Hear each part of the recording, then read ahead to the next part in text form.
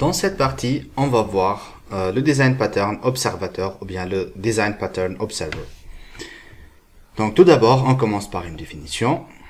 Donc un design pattern observer, c'est définissez une dépendance 1 à plusieurs entre les objets afin que lorsqu'un objet change d'état, tous ses dépendants soient notifiés et mis à jour automatiquement. Donc nous avons un sujet ou bien un subject et il contient une liste d'observateurs pour notifier tout changement de son état. Il doit donc fournir une méthode permettant aux observateurs de s'enregistrer et de s'inscrire ou bien désinscrire. Le sujet contient également une méthode pour notifier tous les observateurs de tout changement et soit il peut envoyer la mise à jour tout en notifiant l'observateur, soit il peut fournir une autre méthode pour obtenir la mise à jour. Donc, l'observateur doit avoir une méthode pour définir à l'objet à surveiller et une autre méthode qui sera utilisée par le sujet pour les informer de toute mise à jour. Donc, en fait, ça, c'est dans le plan théorique. Je vous donne là maintenant un exemple très simple. C'est, par exemple, je veux envoyer un message d'une façon générale, mais ce message-là, je veux qu'il soit consommé par plusieurs personnes à la fois. Donc, j'envoie mon message et après, je dois notifier les écouteurs ou bien ma liste des observateurs. Je dois les notifier qu'il y a un changement ou bien qu'il y a un message entrant. Donc, allez, faites vos travail et consommez ce message-là, appliquez vos traitements et ainsi de suite. Notre exemple, on va le faire au plus simple, c'est juste pour ne pas compliquer les choses et pour que je puisse vous expliquer d'une façon très simple. Qu'est-ce qu'on va faire? En fait, on va implémenter un convertisseur de la base normale, c'est la base 10, vers la base binaire, la base octale et la base hexadécimale. Et tout ça, en fait, on va le faire d'une façon qui nous permettra d'implémenter le design pattern observer. Ça veut dire à chaque fois où l'utilisateur saisit un nombre, on va notifier les observateurs et comme ça on va calculer automatiquement la conversion. Donc ça sera notre exemple pour le design pattern observateur. Passons au code. Donc tout d'abord je vais créer. On avait dit que tout se tourne autour d'un sujet. Donc, je vais créer un objet subject dans ma classe observer. Dans mon package observer, excusez-moi. Donc, et ce subject, on avait dit qu'il contient une liste. Bon, avant de faire ça, je vais créer une autre classe juste pour éviter les problèmes. Je vais créer ma classe observer. Ça sera une classe abstraite et contient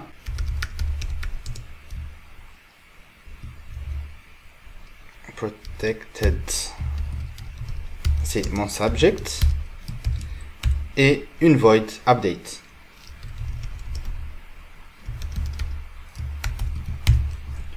Je vais dire que protected, ça c'est abstract aussi. Ça, je vais le mettre public pour que je puisse l'étendre. Donc, ici, on avait dit que qu'on doit avoir une liste de observers. Je vais l'instancier directement. C'est un new array list. En fait, je dois avoir... En fait, ça, c'est mon état. Pour notre cas, on avait dit le state, ou bien l'état, c'est notre entier. Et à chaque fois, l'entier change, je dois appliquer automatiquement la conversion. Donc, je vais générer des get et des set pour mon objet state. Et je vais développer une méthode. Bon, je vais la mettre publique. C'est la méthode attach. En fait, la méthode attach, elle va prendre en paramètre un observer. Et en fait, qu'est-ce qu'elle va faire? C'est observers.add mon observateur. Et une méthode detach, c'est la méthode s'inscrire et désinscrire. Detach de mon objet observer aussi.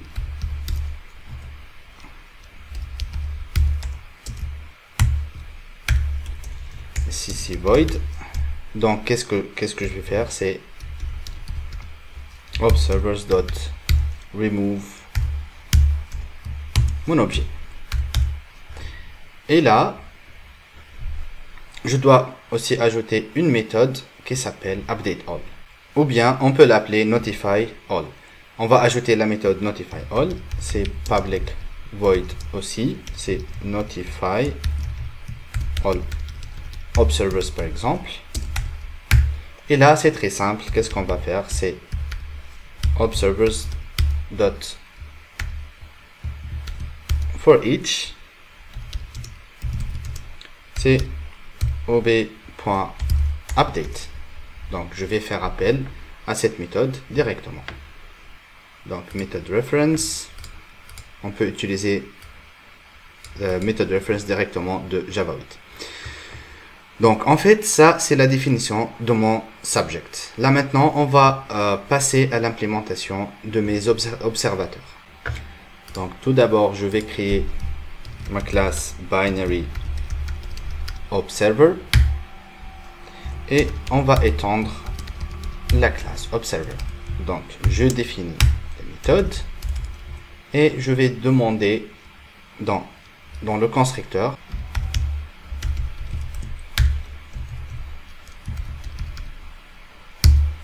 ça sera mon subject. Subject, c'est de type subject. Donc, qu'est-ce que je vais faire? Je vais faire 10.subject égale subject. Pourquoi je peux faire 10? Parce que subject, il fait partie de la classe observer qui est abstraite et c'est un attribut protected, donc je peux l'accéder. Après, qu'est-ce que je dois faire? Je dois faire subject.attach et 10. Je veux attacher ma classe. Donc, je veux attacher ma classe. Je vais ajouter le mot-clé 10, comme ça, c'est plus clair pour vous. Et en fait, pour la méthode update, ça sera un message très simple qui est ça sera binary égale c'est integer point to binary string, et là d'où je vais récupérer c'est this.subject.getState. Donc là il me manque ça.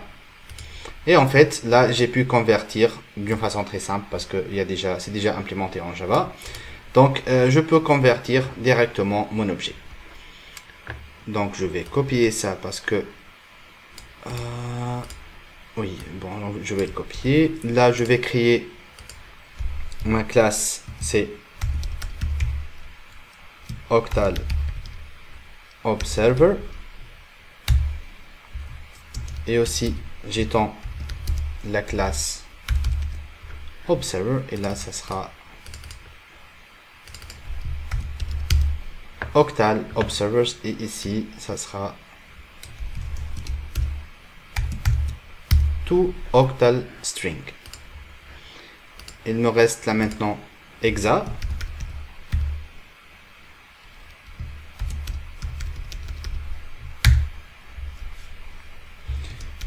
J'étends ma classe observer et là juste je définis ça et là je vais dire to ex string point to uppercase. Voilà, c'est juste pour le mettre en majuscule. Donc là en fait qu'est-ce que j'ai fait, juste pour résumer. J'ai défini j'ai défini tout d'abord mon subject. Après, qu'est-ce que j'ai fait? J'ai attaché, j'ai ajouté une méthode attach et une méthode detach. Après, une méthode notify all, qu'est-ce qu'elle va faire? Elle va parcourir tous les observateurs. Il va faire appel à la méthode update qui est implémentée ici. Oui. Donc, dans notre subject, notify all observers. Oui. En fait, oui, nous avons oublié quelque chose de très important. En fait, le notify all, on veut que cette méthode soit appelée d'une façon automatique. Donc, le notify all, je veux qu'elle soit appelée à chaque fois où je change le state ou bien le statut. Donc, ici, je vais faire appel à notify all observers. En fait, c'est c'est quelque chose qui nous a manqué. Donc là, maintenant, je vais créer ma classe main.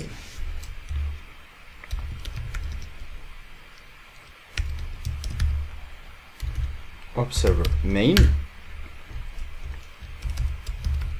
Là, je vais créer ma classe main. Et l'implémentation, ça sera quelque chose de très simple. Donc, tout d'abord, je vais créer mon subject.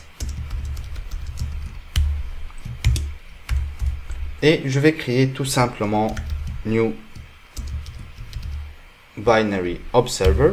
Et je passe mon subject en paramètre. Et un autre new octal observer et je passe toujours mon subject en paramètre. Et enfin un new x observer et je passe mon subject. Donc là, je vais faire une petite boucle. C'est juste pour rendre le programme ou bien l'application un peu interactive.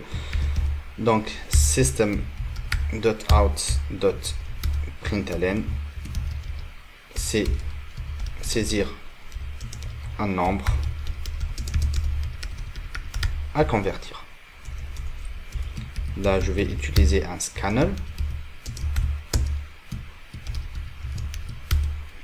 de system.in et là, je vais dire c'est int number par exemple égale scanner.next int. Et enfin, qu'est-ce que je vais faire? Je vais dire set, c'est subject.setState, c'est le numéro. Et comme ça, on va voir directement dans les méthodes update. Oui, ça c'est le binary, octal, et là c'est x. On va voir ces messages-là qui s'affichent l'un après l'autre. Donc, j'exécute ma classe. Je vais dire 8. Donc, en binaire, c'est 1 triple 0. En octal, c'est 10. Et en hexa, c'est 8. Donc, je vais saisir, par exemple, la valeur 15. 15, c'est triple 1, D7. Et en hexadécimal, c'est F. Donc, je vais dire, par exemple, 89. Donc, c'est ça, la conversion de ce nombre-là. Donc, on voit très bien ici qu'à chaque fois, on change le state. Oui. Vous voyez très bien qu'à chaque fois où je change l'état de mon sujet, ou bien de mon subject, on voit que tous les observateurs sont notifiés d'une façon automatique. Donc, je reprends.